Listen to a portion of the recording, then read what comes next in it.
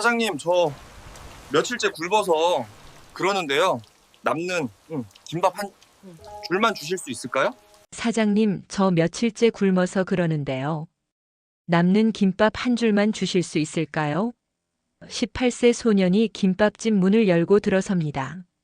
며칠째 씻지도 먹지도 못한 얼굴, 헝클어진 머리카락 사이로 눈물이 흘러내렸죠. 손에 쥔 돈은 단 3,000원. 믿었던 친구에게 전 재산 1,000만 원을 빼앗기고 오갈 데 없는 신세가 된 겁니다. 고아원을 나온 지 단 하루 만에 인생이 나락으로 떨어진 거죠. 사흘밤을 공원 벤치에서 떨며 보낸 소년. 배고픔과 추위, 그리고 배신감에 눈물만 흘리던 그 소년. 이제는 더 이상 버틸 힘도 남아있지 않았습니다. 그런 소년 앞에 김밥집 사장이 나타났습니다. 앉아. 단 한마디였지만 이 말이 한 소년의 인생을 완전히 바꿔놓습니다. 과연 이들에게는 어떤 사연이 숨겨져 있는 걸까요? 그리고 이 작은 김밥 한 줄이 한 소년의 인생을 어떻게 바꿔놓았을까요? 믿었던 친구의 배신, 거리에서의 사흘밤, 그리고 운명적인 만남. 18세 고아 소년이 28세 성공한 사업가로 거듭나기까지 그 눈물겹고도 감동적인 10년의 이야기를 지금 시작합니다. 이야기 시작 전 구독과 좋아요 한번 꼭 눌러주세요. 여러분의 작은 관심이 더 좋은 이야기를 만드는 힘이 됩니다. 지금 바로 시작합니다. 희망의 출발 18세 소년 강민주는 고아원 방 창문 밖을 바라봤습니다. 오늘이 바로 그날이었죠. 성인이 되어 고아원을 떠나는 날. 창밖으로 보이는 하늘은 유난히 파랗습니다. 4월의 봄바람이 커튼을 흔들었죠. 민주는 침대에 앉아 방 안을 천천히 둘러봤습니다. 13년을 보낸 이곳. 낡은 2층 침대, 작은 책상, 낡은 옷장. 모든 게 익숙했습니다. 민준아, 짐 다 쌌어? 옆 침대에서 같은 나이의 정우진이 웃으며 물었습니다. 우진은 민준의 가장 친한 친구였죠. 아니, 친구 이상이었습니다. 형제였습니다. 둘은 5살 때부터 한 방을 썼죠. 같이 밥 먹고 같이 공부하고 같이 잠들었습니다. 형제보다 더 가까운 사이였습니다. 응, 형. 다 쌌어. 민주는 우진을 형이라고 불렀습니다. 같은 나이지만 우진이 3달 먼저 태어났거든요. 고아원에서는 그런 게 중요했습니다. 3달 차이로 형과 동생이 갈렸죠. 민준아, 우리 부산 가자. 우진이 민준의 어깨에 팔을 두르며 말했습니다. 거기 가면 일자리도 많고 바다도 있잖아. 둘이 힘 합치면 뭐든 할 수 있어. 우진의 눈빛이 반짝였습니다. 그 눈빛에는 희망이 가득했죠. 민준의 얼굴에 미소가 번졌습니다. 그래, 형. 같이 잘 살아보자. 우리 꼭 성공하자. 둘은 손바닥을 마주쳤습니다. 짝. 소리와 함께 약속이 맺어졌죠. 오전 9시 고아원 아이들이 하나둘 민준과 우진의 방으로 모여들었습니다. 형들 진짜 가는 거예요? 10살짜리 꼬마가 울먹이며 물었습니다. 그래, 우리 성인 됐으니까 이제 나가야지. 우진이 꼬마의 머리를 쓰다듬었습니다. 너도 크면 나가게 될 거야. 형들처럼 멋지게 살아. 알았지? 꼬마가 고개를 끄덕였죠. 오전 10시 고아원 원장 선생님이 두 사람을 사무실로 불렀습니다. 복도를 걸으며 민주는 벽에 붙은 사진들을 봤습니다. 6살 때 찍은 사진, 초등학교 입학식 사진, 중학교 졸업 사진. 모든 순간이 이곳에 있었죠. 사무실 문을 열고 들어갔습니다. 원장 선생님은 60대 여성이었습니다. 20년 넘게 이 고아원을 운영해 온 분이죠. 책상 위에 2개의 봉투가 놓여 있었습니다. 민준아, 우진아. 이게 너희 정착자금이야. 원장 선생님이 봉투를 건넸습니다. 각각 500만 원씩이니까 아껴 써야 해. 이걸로 방도 구하고 당분간 생활도 하고 취직할 때까지 버텨야 해. 알았지? 원장 선생님의 목소리가 떨렸습니다. 그동안 키운 아이들을 보내는 게 쉽지 않았죠. 특히 민준과 우진은 5살 때부터 키운 아이들이었으니까요. 감사합니다, 선생님. 두 사람이 동시에 고개를 숙였습니다. 눈에서 눈물이 흘렀죠. 원장 선생님도 눈시울이 붉어졌습니다. 밖에서 잘 살아야 해. 힘들면 언제든 연락하고. 혼자 끙끙 앓지 말고. 알았지? 원장 선생님이 두 사람을 번갈아 바라봤습니다. 네, 선생님. 꼭 연락드릴게요. 그리고 성공하면 꼭 찾아뵐게요. 민준이 눈물을 닦으며 말했습니다. 그래, 잘 될 거야.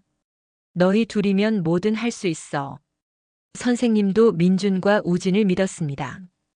13년을 지켜본 아이들이었으니까요. 오전 11시 고아원 정문 앞에 아이들과 선생님들이 모였습니다.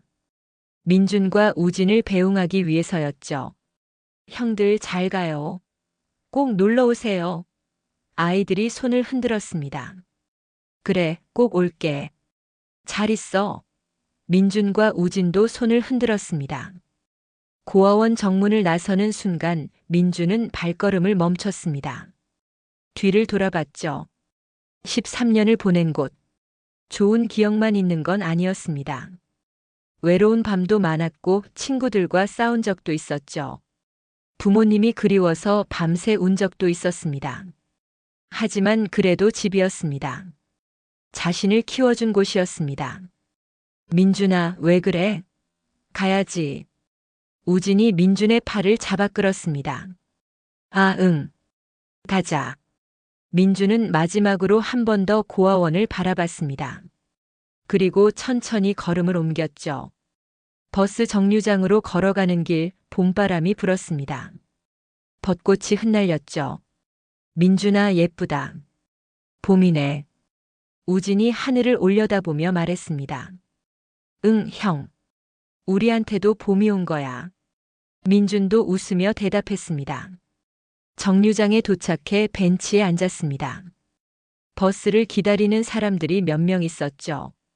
우진이 가방에서 봉투 2개를 꺼냈습니다. 민준아, 돈 내가 들고 있을게. 민준이 고개를 갸웃했습니다. 왜? 내 거는 내가 들고 있으면 되잖아. 야, 우리 둘이 따로야? 우진이 민준의 어깨를 툭 쳤습니다. 같이 쓸 건데 내가 형이니까 내가 관리하는 게 맞지. 나 너보다 꼼꼼하잖아. 고아원에서도 항상 내가 돈 관리했잖아. 맞긴 했습니다. 우진은 꼼꼼한 성격이었죠. 용돈을 받으면 노트에 적어가며 관리했습니다. 지출 내역도 하나하나 기록했죠. 민준은 그런 우진을 믿었습니다. 민준은 잠시 망설였습니다. 500만 원이라는 큰 돈을 맡긴다는 게 조금 불안하기도 했죠. 하지만 우진은 13년을 함께한 형이었습니다. 세상에서 가장 믿는 사람이었습니다. 알겠어, 형. 그럼 형이 잘 관리해줘. 민준이 자신의 봉투를 우진에게 건넸습니다. 우진이 빙긋 웃으며 2봉투를 자신의 가방에 넣었죠. 걱정하지 마. 내가 잘 관리할게. 한 푼도 낭비 안 하고. 우진이 가방 지퍼를 잠갔습니다. 부산행 버스가 도착했습니다. 문이 열리고 사람들이 타기 시작했죠. 두 사람도 버스에 올랐습니다. 뒷자리에 나란히 앉았죠. 버스가 출발했습니다. 엔진 소리와 함께 버스가 움직이기 시작했습니다. 창밖으로 스쳐 지나가는 풍경을 보며 민준은 설렜습니다. 고아원이 점점 멀어졌죠.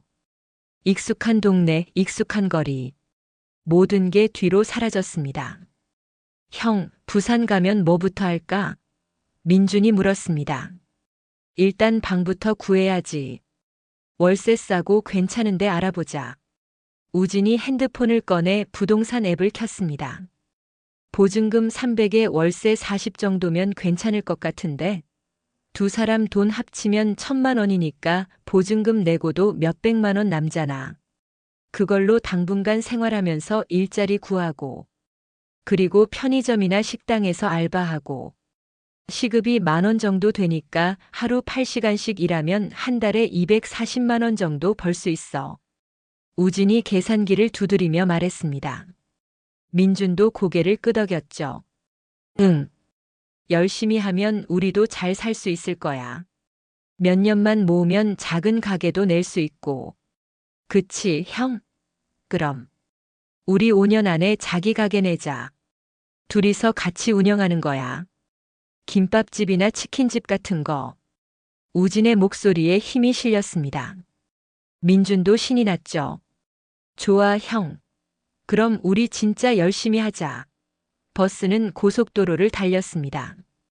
두 소년의 가슴에는 희망이 가득했죠. 새로운 시작, 새로운 인생. 앞으로 어떤 일이 벌어질지 알 수 없었지만 아무것도 두렵지 않았습니다. 형이 있으니까. 같이 있으니까. 창밖으로 산과 들이 스쳐 지나갔습니다. 봄이라 모든 게 푸르렀죠. 민주는 이어폰을 꽂고 음악을 들었습니다. 우진은 핸드폰으로 부산 지도를 보고 있었죠. 4시간이 흐를 동안 두 사람은 각자 생각에 잠겼습니다. 4시간 후 버스가 부산역에 도착했습니다. 방송이 나왔죠. 승객 여러분, 부산역입니다. 민준과 우진은 자리에서 일어났습니다. 가방을 메고 버스에서 내렸죠. 부산역 앞 광장에 섰습니다. 버스에서 내리자 짭짤한 바다 냄새가 났습니다. 우와, 형. 바다 냄새다. 민준이 신나서 소리쳤습니다. 그러게. 진짜 부산이네. 우진도 웃으며 대답했습니다. 역 앞은 사람들로 북적였죠. 택시를 타는 사람, 가족을 마중 나온 사람, 관광객들. 모두 바쁘게 움직이고 있었습니다. 우진이 먼저 걸으며 말했죠. 민준아, 일단 집 맡길 때 찾자. 그리고 부동산 돌아다니면서 방 알아보고. 네, 형. 두 사람은 부산역 앞 물품 보관소를 찾았습니다. 하루 이용료 3,000원. 두 사람 짐을 맡기니 6,000원이 나왔죠. 우진이 지갑에서 10,000원을 꺼내 계산했습니다. 영수증을 받고 보관소를 나왔습니다. 이제 몸이 가벼워졌죠. 자, 그럼 부동산 가보자. 우진이 핸드폰으로 검색했습니다. 이 근처에 부동산이 몇 개 있네.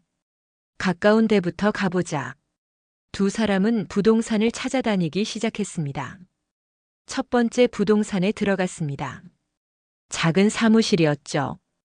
책상에 40대 남자가 앉아 있었습니다. 아저씨, 이 근처에 방 있어요?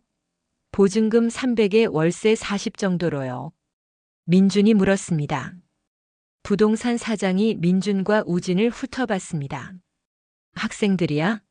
아니요, 일하러 왔어요. 둘이 같이 쓸 거예요. 그런 가격대는 여기 없어. 역 앞이 얼마나 비싼 곳인데. 최소 보증금 500에 월세 60은 해야지. 두 번째 부동산도 마찬가지였습니다. 세 번째 부동산에서는 조금 희망이 보였죠. 보증금 200에 월세 30이면 있긴 한데. 부동산 사장이 말했습니다. 민준과 우진의 눈이 반짝였습니다. 진짜요? 근데 방이 진짜 작아. 2평도 안 돼. 그리고 화장실이 공용이야. 복도 끝에 있는 것 같이 써야 해. 민준과 우진은 서로를 쳐다봤습니다. 괜찮을까? 일단 가서 볼래요? 그래, 보고 결정하자. 부동산 사장이 열쇠를 들고 밖으로 나갔습니다. 두 사람이 따라갔죠. 5분 정도 걸어서 건물에 도착했습니다. 낡은 빌라였죠. 4층 건물에 페인트가 벗겨져 있었습니다. 계단을 올라 3층에 도착했습니다. 복도는 어두웠죠. 형광등이 깜빡거렸습니다. 부동산 사장이 문을 열었습니다. 여기야. 방 안을 보니 정말 좁았습니다. 2평도 안 되는 공간에 침대 하나 놓으면 꽉 찰 것 같았죠. 창문은 작았고 벽은 곰팡이가 슬어 있었습니다. 어때? 여기 할 거야? 부동산 사장이 물었습니다. 민준과 우진은 다시 서로를 쳐다봤습니다. 민준아, 좀 더 알아보자. 우진이 속삭였습니다. 응, 형. 다른 데도 보고 결정하자. 저희 좀 더 알아보고 연락드릴게요. 우진이 부동산 사장에게 말했습니다. 알았어. 연락 기다릴게. 부동산 사장이 문을 잠그고 먼저 내려갔습니다. 두 사람은 천천히 계단을 내려왔죠. 밖으로 나오니 해가 기울고 있었습니다. 어느새 오후 5시가 넘었더군요. 형, 생각보다 방 구하기 어렵네. 그러게. 근데 너무 급하게 정하면 안 될 것 같아. 일단 오늘은 찜질방에서 자고 내일 다시 알아보자. 그래, 형. 그게 낫겠다. 두 사람은 근처 식당을 찾았습니다. 저렴한 김밥집이 보였죠. 들어가서 김밥을 시켰습니다. 한 줄에 3,000원. 두 줄씩 먹으니 12,000원이 나왔습니다. 우진이 계산했죠. 김밥을 먹으며 민준이 말했습니다. 형, 김밥 맛있다. 응, 부산 김밥이 맛있다더니 진짜네. 두 사람은 김밥을 다 먹고 가게를 나왔습니다. 이제 찜질방을 찾아야 했죠. 핸드폰으로 검색해서 가까운 찜질방을 찾았습니다. 역에서 10분 거리에 있었습니다. 걸어가며 우진이 말했습니다. 민준아, 내일은 꼭 괜찮은 방 구하자. 응, 형. 꼭 구할 거야. 찜질방에 도착했습니다. 바다찜질방이라는 간판이 붙어 있었죠. 안으로 들어가 카운터에서 이용권을 끊었습니다. 하루 이용료 1만 원. 두 사람이니 2만 원이 나왔습니다. 우진이 계산했죠. 사물함 열쇠를 받고 안으로 들어갔습니다. 옷을 갈아입고 사물함에 짐을 넣었습니다. 민주는 뜨거운 물에 몸을 담갔습니다. 아, 시원하다. 오늘 하루 종일 돌아다녔더니 피곤하네. 그러게. 나도 다리 아파. 우진도 욕조에 들어왔습니다. 두 사람은 따뜻한 물에 몸을 담그며 긴장을 풀었죠. 민주는 천장을 바라보며 생각했습니다. 내일부터 본격적으로 시작이야. 방도 구하고 일자리도 찾고. 열심히 해야지. 형이랑 같이 있으니까 괜찮을 거야. 밤 10시 두 사람은 찜질방 수면실에 누웠습니다. 넓은 공간에 사람들이 드문드문 누워 있었죠. 코 고는 소리, 뒤척이는 소리. 낯선 공간이었습니다. 민준아, 잘 자. 내일 힘들 거야. 응, 형도 잘 자. 민준은 눈을 감았습니다. 설렘과 긴장이 뒤섞인 채로 천천히 잠이 들었죠. 꿈속에서 민준은 웃고 있었습니다. 우진 형과 함께 작은 가게를 운영하는 꿈이었습니다. 손님들이 줄을 서서 기다리고 두 사람은 바쁘게 일하고 있었죠. 행복한 꿈이었습니다. 아침 햇살이 민준의 얼굴을 비췄습니다. 눈을 떴죠. 몇 시지? 핸드폰을 보니 오전 8시였습니다. 생각보다 늦게 일어났네. 민준이 몸을 일으키며 옆을 봤습니다. 우진이 없었죠. 방석만 덩그러니 놓여 있었습니다. 화장실 갔나? 민준은 주변을 둘러봤습니다. 어제 우진이 두었던 가방도 보이지 않았죠. 이상하다. 민준의 가슴이 두근거리기 시작했습니다. 일어나서 수면실을 나왔습니다. 복도를 걸어 화장실로 갔죠. 안을 살펴봤지만 우진은 없었습니다. 식당으로 갔습니다. 아침을 먹는 사람들이 몇 명 있었지만 우진은 보이지 않았죠. 휴게실, 사우나, 찜질방 곳곳을 돌아다녔습니다. 어디에도 우진이 보이지 않았습니다. 민준의 심장이 점점 빠르게 뛰기 시작했습니다. 설마. 아니야. 설마 그럴 리가. 민준은 다시 수면실로 달려갔습니다. 어제 자기 전 우진의 가방이 있던 자리를 확인했죠. 텅 비어 있었습니다. 민준은 자신의 가방을 뒤졌습니다. 옷, 세면도구, 책. 다 있었죠. 하지만 우진의 짐은 하나도 없었습니다. 핸드폰을 꺼냈습니다. 손이 떨렸죠. 우진에게 전화를 걸었습니다. 뚜루루루. 신호음이 울렸습니다. 한참을 기다렸지만 받지 않았죠.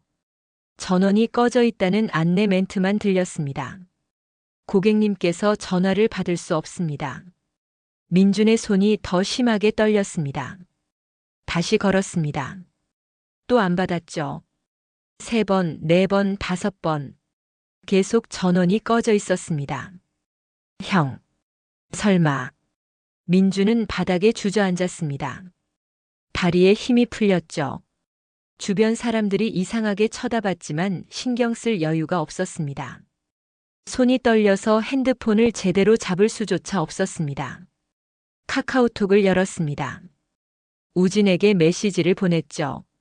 형, 어디야? 왜 연락 안 받아? 답장이 오지 않았습니다. 읽음 표시도 뜨지 않았죠. 또 메시지를 보냈습니다. 형, 장난이지? 무서워. 연락해줘. 여전히 답이 없었습니다. 민주는 핸드폰을 꽉 쥐었습니다. 손에서 땀이 났죠. 진짜 설마. 형이 날 도망간 거야? 민주는 찜질방 카운터로 달려갔습니다. 저기요. 여기 같이 온 친구 못 봤어요? 20살 남자인데. 키가 175cm 정도 되고. 카운터 직원이 고개를 저었습니다. 글쎄요. 새벽에 나간 사람은 많았는데. 몇 시쯤 나갔어요? 정확히는 모르겠는데요. 새벽 5시쯤부터 사람들이 하나씩 나가기 시작했거든요. 민주는 밖으로 뛰쳐나갔습니다. 찜질방 앞 거리를 이리저리 돌아다녔죠. 형. 우진 형. 사람들이 이상한 눈으로 쳐다봤지만 민주는 계속 외쳤습니다. 거리를 헤매며 우진을 찾았죠. 편의점, 식당, 카페. 보이는 곳마다 들어가서 우진을 찾았습니다. 30분을 헤맸지만 우진은 보이지 않았습니다. 민주는 다시 찜질방 앞으로 돌아왔습니다. 벽에 기대 주저앉았죠. 숨이 가빠졌습니다. 현실이 믿기지 않았습니다. 주머니를 뒤져봤습니다. 핸드폰, 신분증, 그리고 지갑. 지갑을 열었죠. 3,000원. 그게 전부였습니다. 어제 우진에게 건넨 500만 원. 우진 자신의 500만 원. 총 1,000만 원이 모두 사라졌죠. 민준의 눈에서 눈물이 흘러내렸습니다.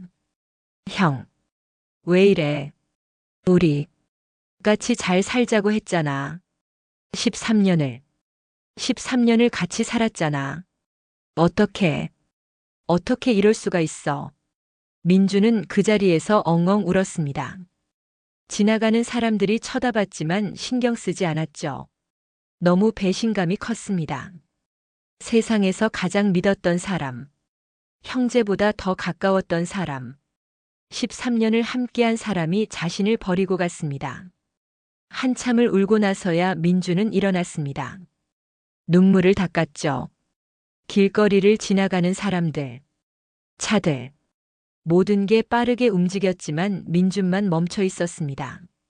손에 쥔 3,000원. 이걸로 뭘 할 수 있을까? 밥 한 끼도 제대로 못 먹겠네. 민주는 천천히 걸었습니다. 다리에 힘이 없었지만 어떻게든 걸어야 했죠. 부산역 대합실로 갔습니다. 의자에 앉아 멍하니 사람들을 바라봤습니다. 가족과 함께 여행 가는 사람들, 친구들과 웃으며 이야기하는 사람들. 모두가 행복해 보였습니다. 나만 빼고. 시간이 흘렀습니다. 오전이 지나고 정오가 됐죠. 배가 고팠습니다. 어제 저녁 이후로 아무것도 먹지 못했으니까요. 편의점에 들어갔습니다. 삼각김밥을 보니 1,500원이었죠. 하나를 집어들었습니다. 계산하고 나오니 이제 남은 돈은 1,500원이었습니다. 역 앞 벤치에 앉아 삼각김밥을 먹었습니다. 맛이 없었죠. 아니, 맛을 느낄 여유가 없었습니다. 그저 배를 채우기 위해 기계적으로 입에 넣고 삼켰습니다. 김밥을 다 먹고 민주는 생각했습니다. 이제 어떡하지? 돌아갈 고아원도 없고, 돈도 없고, 형은 왜 이런 거야? 우리 진짜 가족이었잖아. 어떻게 날 버릴 수가 있어. 오후가 되었습니다. 민주는 계속 역 대합실에 앉아 있었죠. 사람들이 오가는 걸 멍하니 바라봤습니다. 핸드폰을 또 꺼냈습니다. 우진에게 전화를 걸었죠. 여전히 전원이 꺼져 있었습니다. 메시지도 보냈습니다. 형, 제발. 연락 좀 해줘. 나 지금 너무 힘들어. 읽지 않았습니다. 민주는 핸드폰을 내려놓았습니다. 눈물이 또 흘렀죠. 저녁이 됐습니다. 해가 지고 어두워졌습니다. 역 대합실에서는 잘 수 없었죠. 경비원이 다가왔습니다. 학생, 여기서 자면 안 돼요. 나가세요. 네. 민주는 일어나 밖으로 나갔습니다. 밤 공기가 차가웠죠. 4월인데도 밤 바람은 쌀쌀했습니다. 민주는 역 주변을 걸었습니다. 어디로 가야 할지 몰랐죠. 공원을 발견했습니다. 들어가니 벤치가 몇 개 있었습니다. 하나에 앉았죠. 주변에는 노숙자로 보이는 사람들이 몇 명 있었습니다. 민주는 벤치에 누웠습니다. 가방을 베개 삼아 눕죠. 하지만 잠이 오지 않았습니다. 추웠습니다. 바람이 불 때마다 몸이 떨렸죠. 옷을 껴입었지만 여전히 추웠습니다. 배도 고팠습니다. 삼각김밥 하나로는 부족했죠. 그보다 더 큰 건 마음의 상처였습니다. 배신감, 외로움, 두려움, 모든 감정이 민준을 괴롭혔습니다. 우진 형은 지금 어디서 뭐하고 있을까? 돈 들고 잘 지내고 있겠지? 혼자서 다 쓰려고 도망간 거잖아. 13년을 함께 산 게 다 거짓말이었나? 나한테 형제라고 한 게 다 거짓말이었나? 민준의 눈에서 눈물이 멈추지 않고 흘렀습니다. 밤새 울었죠. 잠은 오지 않았습니다. 추위와 배고픔 그리고 배신감. 모든 게 민준을 괴롭혔습니다. 새벽 3시쯤 잠깐 눈을 붙였습니다. 하지만 추워서 금방 깼죠. 몸이 덜덜 떨렸습니다. 아침이 밝았습니다. 해가 떠올랐죠. 민주는 벤치에서 일어났습니다. 몸이 찌뿌둥했습니다. 하룻밤 벤치에서 자니 온몸이 아팠죠. 화장실을 찾아 공원을 나왔습니다. 근처 공중화장실에 들어가 세수를 했습니다. 거울을 봤죠. 초라한 얼굴이 비쳤습니다. 눈은 충혈되어 있었고 얼굴은 창백했습니다. 하루밖에 안 지났는데 완전히 다른 사람 같았죠. 화장실을 나와 또 걸었습니다. 어디로 가야 할지 몰랐지만 그냥 걸었습니다. 배가 너무 고팠습니다. 편의점 앞을 지나는데 음식 냄새가 났죠. 들어가고 싶었지만 돈이 1,500원밖에 없었습니다. 참았습니다. 둘째 날도 그렇게 흘러갔습니다. 낮에는 거리를 헤매고 밤에는 공원 벤치에서 잤죠. 셋째 날 아침이 됐습니다. 민주는 3일째 제대로 먹지 못했습니다. 어제 남은 1,500원으로 빵 하나를 샀지만 그마저도 어제 먹었죠. 이제 주머니에는 동전 몇 개만 남아 있었습니다. 배가 너무 고팠습니다. 어지러웠고 다리에 힘도 없었습니다. 민주는 자갈치 시장 쪽으로 걸어갔습니다. 시장에 가면 뭐라도 있지 않을까 싶었죠. 사람들이 바쁘게 오가는 시장거리. 생선 냄새, 과일 냄새, 음식 냄새. 모든 게 민준을 더 배고프게 만들었습니다. 좁은 골목길을 걷는데 냄새가 났습니다. 고소하고 따뜻한 김밥 냄새. 민준의 발이 저절로 그 냄새를 따라갔습니다. 작은 김밥집이 보였죠. 미숙인의 김밥이라는 간판이 붙어 있었습니다. 유리문 너머로 손님들이 김밥을 먹는 모습이 보였죠. 하얀 쌀밥에 노란 단무지, 분홍 햄, 초록 시금치. 김밥이 맛있어 보였습니다. 민주는 문 앞에서 멈춰 섰습니다. 들어갈까 말까 망설였죠. 돈도 없는데 뭐라고 말하지? 그냥 가야 하나? 하지만 배가 너무 고팠습니다. 어지러워서 쓰러질 것 같았죠. 눈앞이 흐려졌습니다.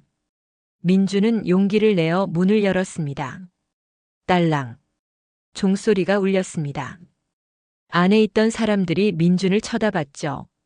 며칠째 씻지도 못한 초라한 행색, 헝클어진 머리, 낡은 옷. 민주는 고개를 숙였습니다. 창피했죠.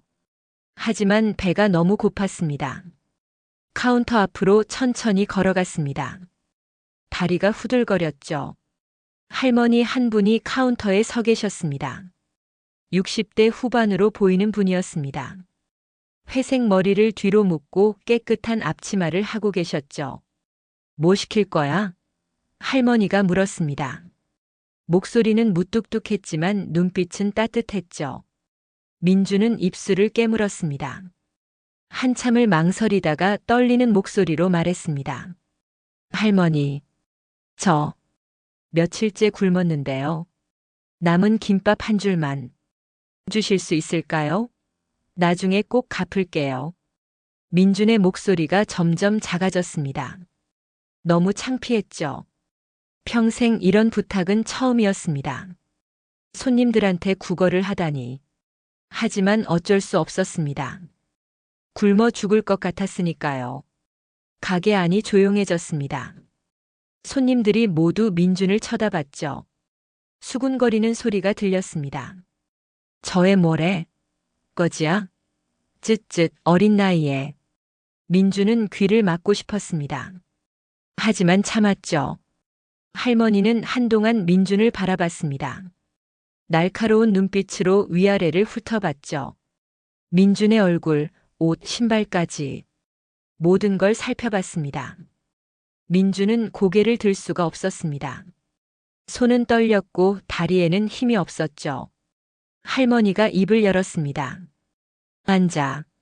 민준이 고개를 들었습니다. 네, 앉으라니까. 쓰러지기 전에. 할머니가 빈 테이블을 가리켰습니다. 민준은 믿기지 않았습니다. 정말요? 할머니, 빨리 안 앉아? 할머니의 목소리에 힘이 실렸습니다. 민준은 서둘러 테이블로 갔습니다. 의자에 앉았죠. 다리가 후들거려서 앉는 순간 주저앉을 뻔했습니다. 잠시 후 할머니가 쟁반을 들고 왔습니다. 김밥 한 줄과 따끈한 우동 한 그릇이 놓여 있었죠. 김밥은 큼직하게 썰어져 있었고 우동은 김이 모락모락 났습니다. 먹어. 할머니가 쟁반을 내려놓았습니다. 민준의 눈에 눈물이 글썽였습니다. 할머니, 감사합니다. 정말 고맙긴. 배고프면 밥 먹어야지. 빨리 먹어. 식기 전에. 민준은 젓가락을 들었습니다. 손이 떨려서 제대로 잡히지 않았죠. 2번, 3번 시도 끝에 겨우 잡았습니다. 김밥을 한 입 베어 물었습니다. 그 순간 눈물이 터졌습니다. 며칠 만에 먹는 따뜻한 밥, 고소한 참기름 향, 아삭한 단무지, 부드러운 계란, 모든 게 너무 맛있었습니다. 민준은 울면서 김밥을 먹었습니다. 주변 손님들이 민준을 쳐다봤지만 신경 쓸 여유가 없었죠. 그저 먹었습니다. 하나, 둘, 셋. 김밥을 다 먹고 우동을 먹었습니다. 후루룩 국물을 마셨죠. 따뜻한 국물이 목을 타고 내려갔습니다. 속이 따뜻해졌죠. 10분 만에 다 비웠습니다. 그릇에 남은 국물까지 다 마셨죠.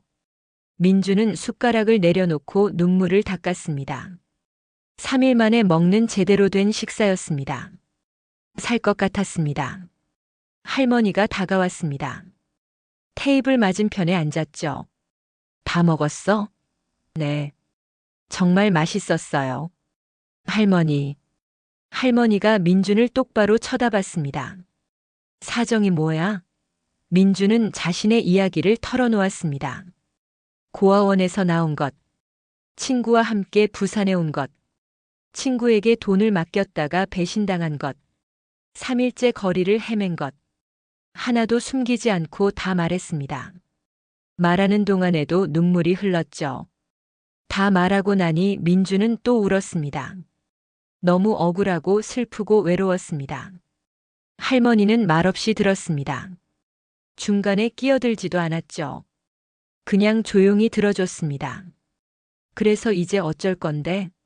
할머니가 물었습니다. 민주는 대답하지 못했습니다. 앞으로 어떻게 해야 할지 생각해 본 적이 없었으니까요. 그저 오늘 하루를 버티는 게 전부였죠. 그때 주방에서 남자가 나왔습니다. 40대 초반으로 보이는 사람이었죠. 키가 크고 어깨가 넓었습니다. 깔끔하게 민머리에 날카로운 눈빛이었습니다. 어머니, 무슨 일이에요? 남자가 물었습니다. 할머니가 간단히 상황을 설명했죠. 민준의 이야기를 짧게 요약해서 말해줬습니다.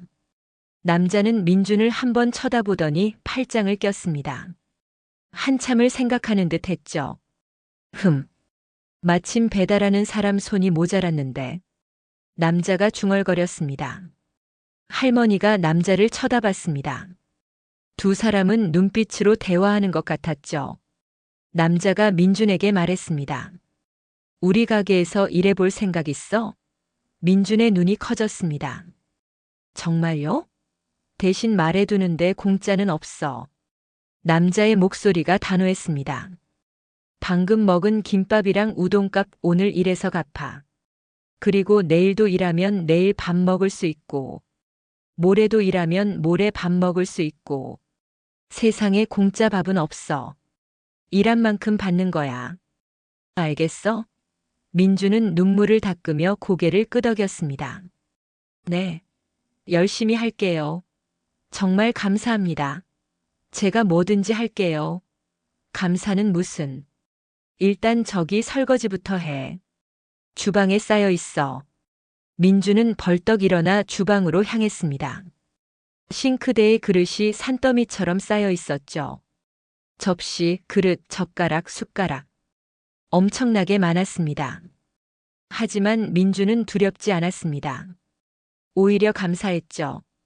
일할 수 있다는 게, 밥 먹을 수 있다는 게, 살았다. 정말 살았어.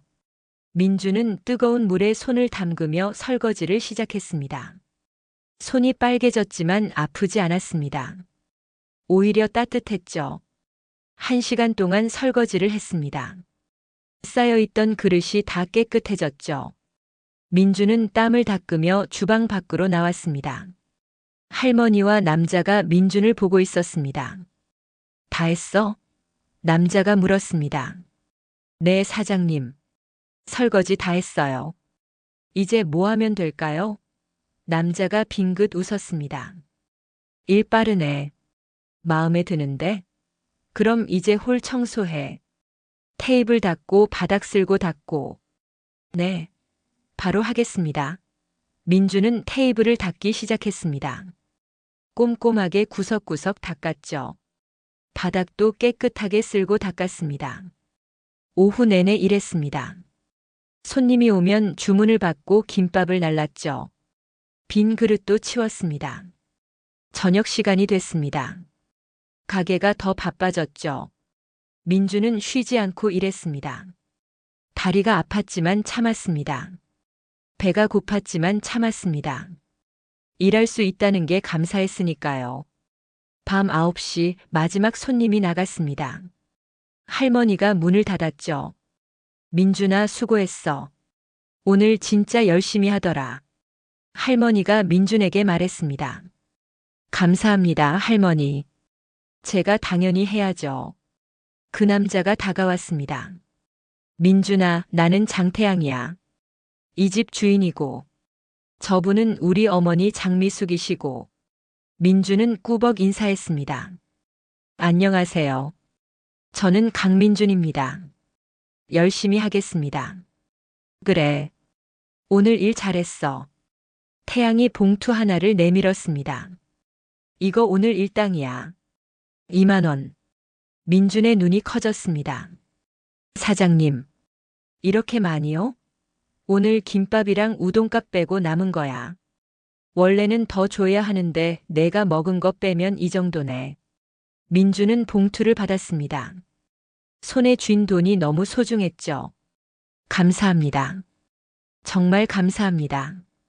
그리고 민준아. 응? 오늘 밤 어디서 잘 거야? 민준은 대답하지 못했습니다. 갈 곳이 없었으니까요. 창고에 작은 공간 있어. 거기서 자도 돼. 민준의 눈에서 또 눈물이 흘렀습니다. 사장님, 할머니, 정말 감사합니다. 그날 밤 민준은 가게 창고 한켠에 마련된 작은 공간에서 잤습니다. 낡은 이불이었지만 며칠 만에 누워보는 따뜻한 잠자리였죠. 민준은 천장을 바라보며 생각했습니다. 살았다. 정말 살았어. 좋은 사람들을 만났어. 내일부터 진짜 열심히 해야지. 이 은혜 꼭 갚아야지. 민준은 그렇게 다짐하며 눈을 감았습니다. 3일 만에 처음으로 편하게 잠들었죠. 다음 날 새벽 5시 민준은 눈을 떴습니다. 아직 해가 뜨지 않은 시간이었지만 주방에서 부스럭거리는 소리가 들렸죠. 조심스럽게 일어나 밖으로 나가봤습니다. 태양이 이미 일하고 있었습니다. 커다란 냄비에 물을 끓이고 있었죠. 일찍 나오셨네요, 사장님. 민준이 말했습니다. 김밥집은 새벽이 전쟁이야. 준비할 게 많거든. 태양이 민준을 보며 말했습니다. 너도 일찍 일어났네. 마음에 드는구만. 저도 뭐 도와드릴까요? 저기 단무지 있지? 그거 썰어. 민준은 바로 앞치마를 두르고 단무지를 썰기 시작했습니다. 손이 서툴렀지만 최선을 다했죠. 아침 6시가 되자 미숙 할머니도 나왔습니다. 어머, 벌써 일하고 있네. 네, 할머니. 사장님이 단무지 썰으라고 하셔서요. 미숙 할머니가 민준의 손을 봤습니다. 손놀림이 영 어설프구만. 이리 와봐. 내가 알려줄게.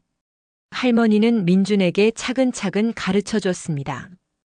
칼 잡는 법, 써는 각도, 속도까지 자세하게 설명해 줬죠. 못하는 건 당연해. 처음이니까. 할머니가 말했습니다.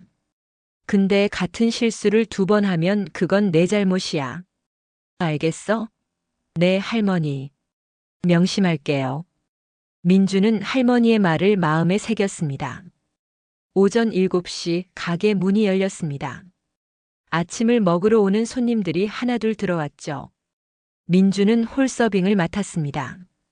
주문 받고 김밥 나르고 빈 그릇 치우고 정신없이 뛰어다녔습니다. 김밥 3줄 포장이요. 네, 바로 준비하겠습니다. 여기 우동 하나요? 네, 금방 나옵니다. 민준은 목소리를 크게 내며 주문을 받았습니다. 손님들이 민준을 쳐다봤죠.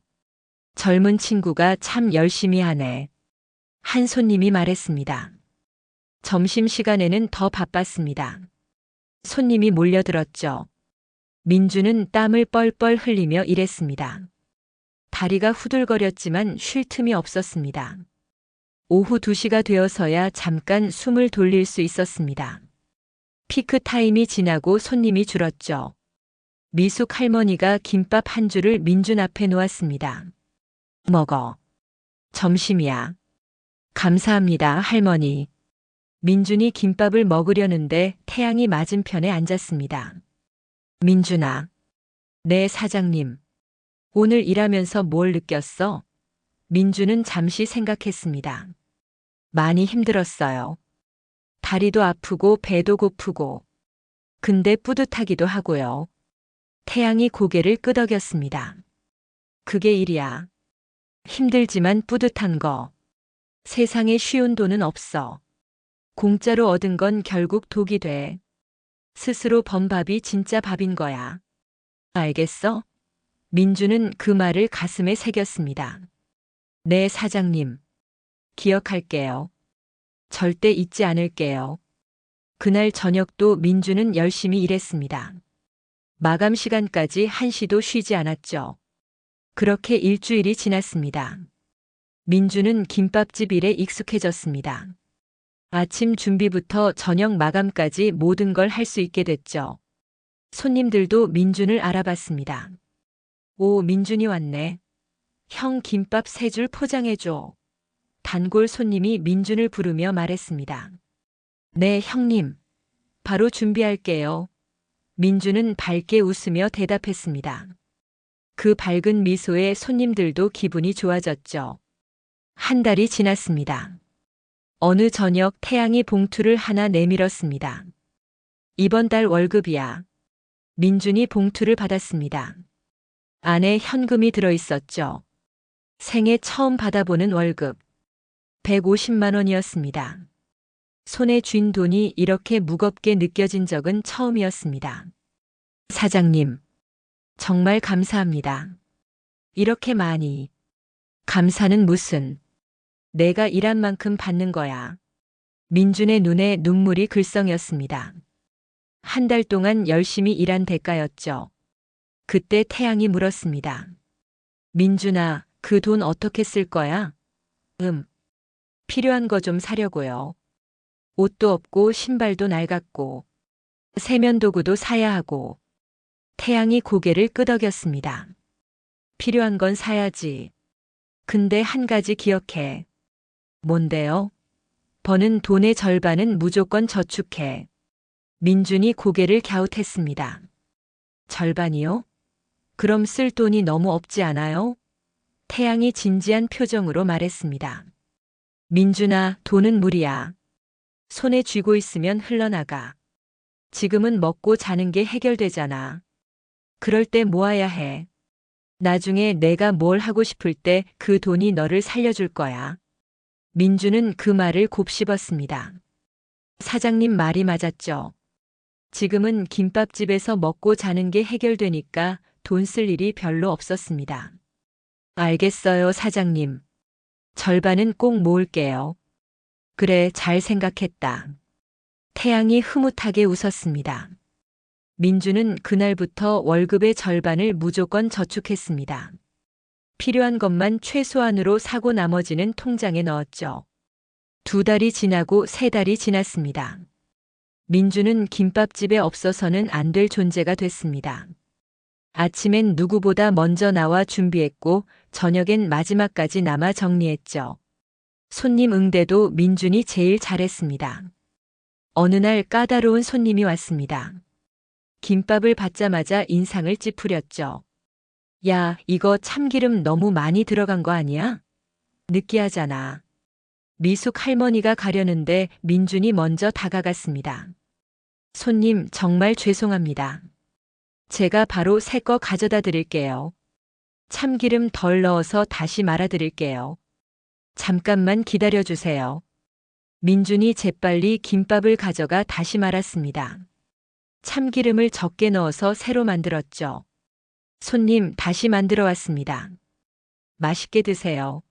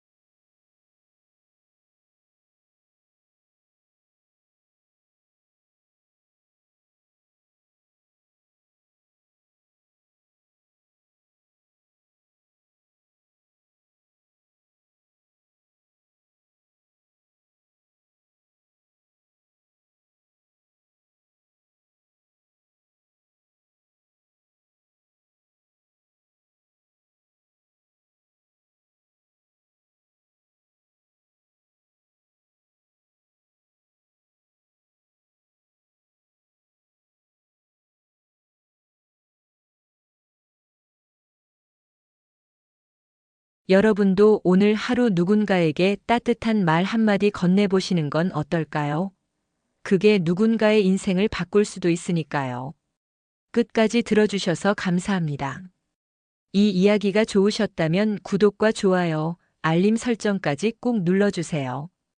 여러분의 따뜻한 댓글 하나가 저에게 큰 힘이 됩니다. 그럼 다음 이야기에서 또 만나요. 여러분의 하루도 따뜻한 김밥처럼 든든하길 바랍니다. 민주는 고아원 아이 지훈이를 정기적으로 만나기 시작했습니다. 한 달에 한 번씩 만나 이야기를 나눴죠. 지훈이의 표정이 점점 밝아졌습니다. 형, 저 이번 시험에서 1등 했어요. 진짜? 대단한데. 형 말대로 열심히 하니까 성적도 오르고 친구들도 생겼어요. 잘했어.